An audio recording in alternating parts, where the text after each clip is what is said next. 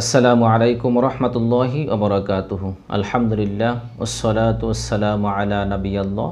সম্মানিত দর্শক, শ্রোতা ভাই বোন, আজ আপনাদের সম্মুখে অত্যন্ত একটি গুরুত্বপূর্ণ বিষয় নিয়ে হাজির হয়েছি। বিষয়টি হলো পবিত্র শবে বরাতের রাত্রে আমরা কি আমল করতে পারি। এ বিষয়ে অতি সংক্ষেপে আলোচনা করার চেষ্টা করব।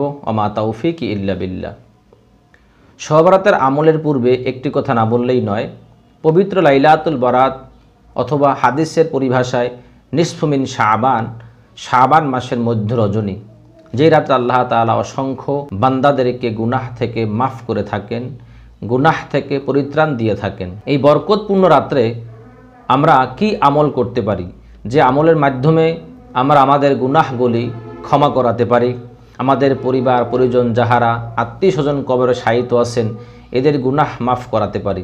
হাদিসের মধ্যে যে আমলের কথা উল্লেখ রয়েছে, রসুল করিম সাল্লাল্লাহু আলাইহি ওয়াসাল্লামের হাদিস থেকে আমরা জানতে পারি, আল্লাহ রসুল সাল্লাল্লাহু আলাইহি ওয়াসাল্লাম এই রাত্রে প্রতিটি মুমিন বান্দা বান্দিদেরকে নামাজের জন্য উৎসাহিত করেছেন। রসুল করিম সাল্লাল্লাহু আলাইহি ওয়াসাল্লাম বলেন, ইযা কানাত লাইলাতুন নিসফু মিন শাবান ফাকুমু লাইলাহা।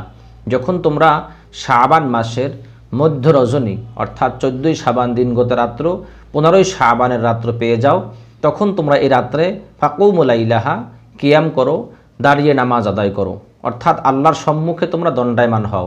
সুতরাং এই হাদিস থেকে আমরা বুঝতে পারলাম যে শবে বরাতের সবথেকে উত্তম আমলই হলো নামাজ আদায় করা।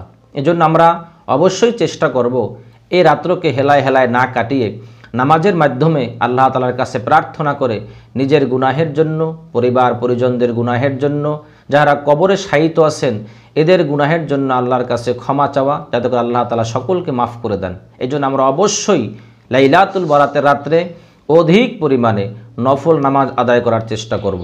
এর পাশাপাশি কোরআন তেলাওয়াত করা, অর্থাৎ আল্লাহর কালাম কোরআন তেলাওয়াত করা। যারা আমরা কোরআন তেলাওয়াত করতে পারি না, যে ব্যক্তি কোরআন তেলাওয়াত করতে পারে তার পাশে বসে কোরআন তেলাওয়াত ধীর স্থির সহকারে, ধৈর্য সহকারে শ্রবণ করা, শোনা, তাতেও আমার ওই পরিমাণ নেকি অর্জন হবে।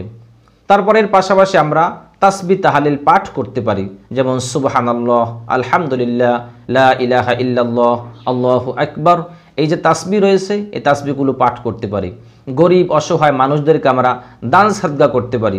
মসজিদ মাদ্রাসায় আমরা দান করতে পারি, অসহায় মানুষদেরকে আমরা সহযোগিতা করতে পারি।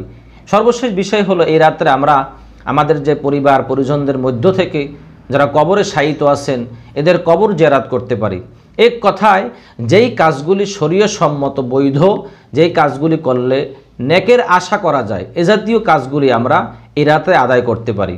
আবার যেই কাজগুলি করলে গুনাহের সম্ভাবনা রয়েছে, এ জাতীয় সকল কাজ থেকে আমাদেরকে অবশ্যই বিরত থাকতে হবে, দূরে থাকতে হবে। এজন্য আমি অনুরোধ করে বলবো প্রতিটি মুসলিম বান্দা এবং বান্দিদেরকে যে পবিত্র লাইলাতুল বরাতে এই পূর্ণময় একটি রাত্র, যে রাত্রে আল্লাহ তাআলা অসংখ্য মুমিন বান্দা বান্দিকে ক্ষমা করে দিবেন, এজন্য আমরা সকলেই সে আল্লাহর দরবারে বেশি বেশি নফল আমলের মাধ্যমে, বেশি বেশি নামাজের মাধ্যমে, কোরআন তেলাওয়াতের মাধ্যমে নিজের গুনাহগুলি সামনে পেশ করে কান্নাকাটি করে তওবা করে মাফসে যেন আল্লাহর দরবার থেকে নিজের গুনাহকে মাফ করাতে পারি। এজন্য আমরা সকলেই অধিক পরিমাণে এই বরকতপূর্ণ রাত্রে নেক আমল করার চেষ্টা করি। আল্লাহ তাআলা আমাদের সকলকে তৌফিক দান করেন। আল্লাহ তাআলা আমাদের সকলকে নেক হায়াত দান করুন, যেন এই বরকতপূর্ণ রাত্র আমরা সুস্থতার সহিত অধিক পরিমাণে নেক আমল করতে পারি। আল্লাহ আমাদের সকলকে কবুল করুন। ওমা তাওফিক ইল্লা বিল্লাহ। আসসালামু আলাইকুম ওয়া রাহমাতুল্লাহি ওয়া বারাকাতুহু।